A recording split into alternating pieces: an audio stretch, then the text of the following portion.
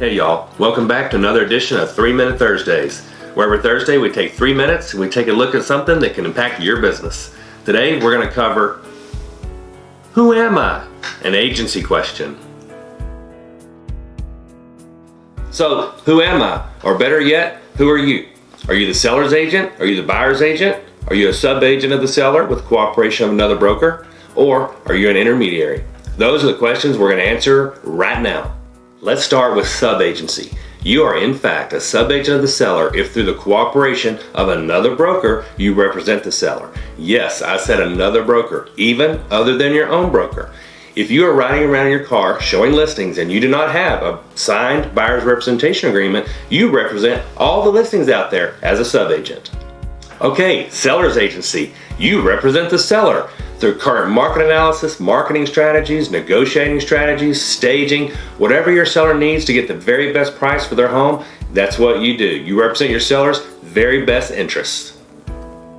As a buyer's agent, you're going to have a signed buyer's representation agreement. That agreement is going to lay out all the terms, how long it's going to last, the market area you're going to cover, where you're going to go get your commission from. It also details your responsibilities as well as your client's responsibilities. We want them dedicated to us, right? Yes, we do. So use a buyer's representation agreement.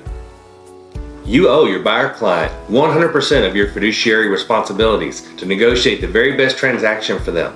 So provide current market analysis, market area information. You're the expert on the market. You serve their very best interests.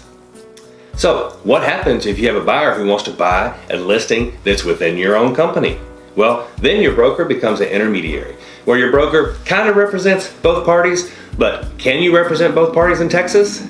No, you cannot. So your broker becomes an intermediary. They can facilitate the transaction for both parties, but can no longer do 100% of the fiduciary duties like market analysis and pricing and negotiating strategies.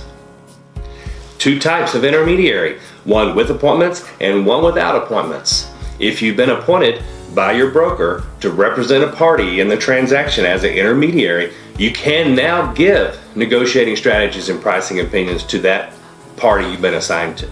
Next, with no appointments means that you, kind of like your broker, are the intermediary, so you have to stay neutral. You can no longer give pricing opinions or negotiating strategies to either party, and your information that you have cannot benefit one party over the other.